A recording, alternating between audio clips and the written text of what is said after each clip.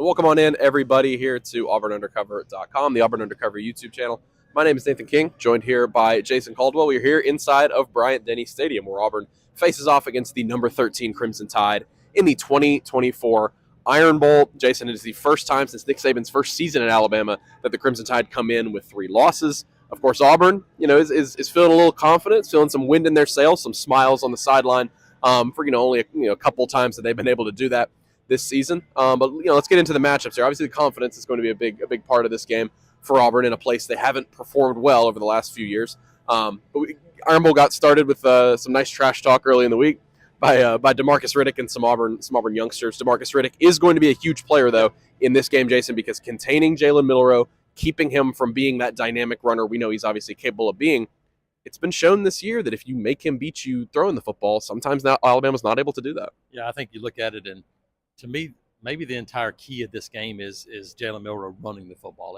Look at the 2 biggest wins they got this year, and he was an integral part of them with the ground game, with him running it. So can Auburn contain him, make him play within the pocket, and can you impact him in the pocket? That's the thing. I think that's a huge part of this game for this Auburn interior defensive line. This is a really big, physical Alabama offensive line.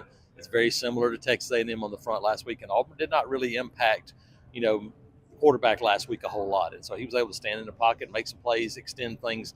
And if Auburn can't impact him, obviously the running games will be a big part of that. But I think that Auburn front forward, it's going to be big on them today. And on the other side of things, look, you'd like to get your 1,000-yard rusher going in any game, obviously. But the past couple years, Auburn's run the ball on Alabama. Now, it's been different teams, different defenses, that sort of thing. Obviously, different coaching staff a couple years ago for both groups. But Jarquez Hunter has been really good against the Crimson Tide the last couple years. I think you really don't want to put this game on Peyton Thorne's shoulders. As much as he's played better and as much as this passing game's been pretty good and pretty explosive, you would feel much more comfortable. Again, what is Hugh Freeze, what I was talking about the other day, he keeps talking about winning first downs. He's been saying that like 3 weeks in a row now, talking about this offense. Yeah, exactly. And Jarquez Hunter can really go a long way. It also just opens things up. It opens up a little quick passing game, makes everything easier for you. I think that is going to be a really, really big key today. We've seen Auburn do it the last 2 years against Alabama. Yeah, I think running the ball on first downs, but I think throwing the ball to Jarquez out of the backfield, we've seen more short passes to Cam Coleman the last couple of weeks than we've seen all year. Get those guys involved. A first down 5-yard pass is a huge play. Not only does it keep you ahead of the chains, but it also makes the defense wary of you doing those things. So early, short passing game, getting the ball out of your hands, getting Malcolm Simmons involved. Perimeter, I think spreading those guys out. Obviously, you're going to have to run the football. That's a big part of things. But I think that controlled passing game is an important part of things for Peyton Thorne. Get a little confidence, get going, and I think that's a big deal. Yeah, you mentioned Peyton Thorne. I mean, look, this has been an Auburn passing game that's had some explosive moments this season. You look statistically, and they've been able to do that at an effective rate.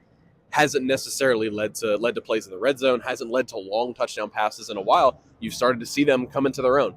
Cam Coleman's a really big reason for that, and we said it last week when we were doing the pregame blitz for A&M. You brought it up. You said, "Hey, getting Cam Coleman involved early could do a lot of good things for this offense. I thought that A&M jumps offside, they throw that sideline pass. I thought that was really kind of a fire starter for them. Doesn't have to be in that exact same way, but we have seen the difference that a confident Cam Coleman can do complementing Lambert Smith. We know what Lambert Smith can do, but having that second receiver, it's really done a lot of good things for this offense. It has. I mean, I think the same thing holds true today, getting those guys involved early. I mean, I think Alabama, if you're Alabama's defense, the first thing you have to do is try to slow down Jarquez Hunter. I think that's the big thing.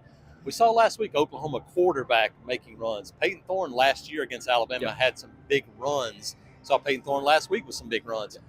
How much can you get out of the quarterback run? I think that's going to be a big part of this because those are drive extenders. Those keep you.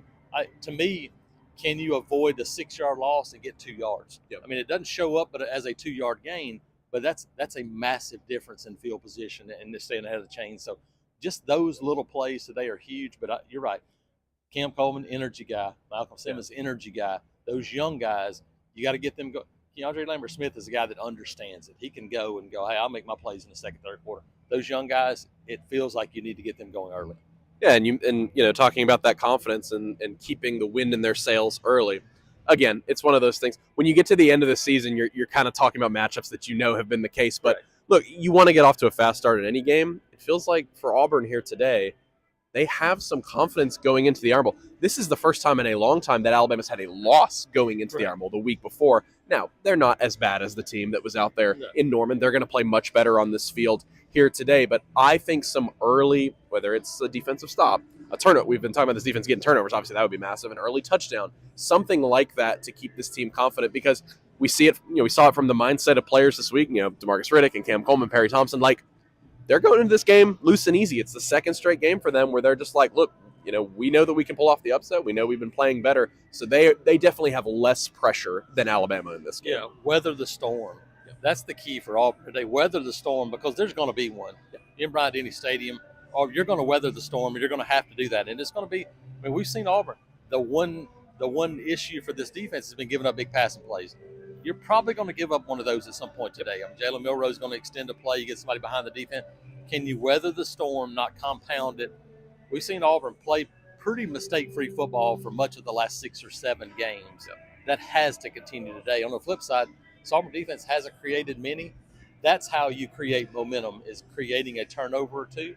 They just haven't done many of those. You're going to need some of those today. I mean, you look at Iron Bowls here in the past. Obviously, the last time they won here, a massive turnover by the defense to keep it from being what would have been 31-0 at that point, or 28-0. If they hadn't forced that fumble into the end zone. This was a competitive game back in 2016 when Auburn picked off Jalen Hurts a couple times. So that is really sort of the great equalizer. It is in any game, but Auburn goes in today with some confidence. We'll see what happens here. Auburn is playing for bowl eligibility. That's another thing. Even though they have that still on the table, it's not like they have nothing to lose. Feels like Auburn is definitely the team that's more loose and easy in this game as opposed to Alabama knows it's do or die. Obviously, their SEC title hopes are gone, but in terms of the playoff, maybe an outside chance, it's do or die for them. And so should be a good one today. Iron Bowl is always fantastic. Great football weather. It's a great crowd outside waiting to get into the stadium. So be sure to go over to auburnundercover.com. We will have it covered head to toe for you guys of the 89th Iron Bowl. For Jason Caldwell, I am Nathan King. We will catch you guys with the post-game show afterwards. Talk to y'all soon.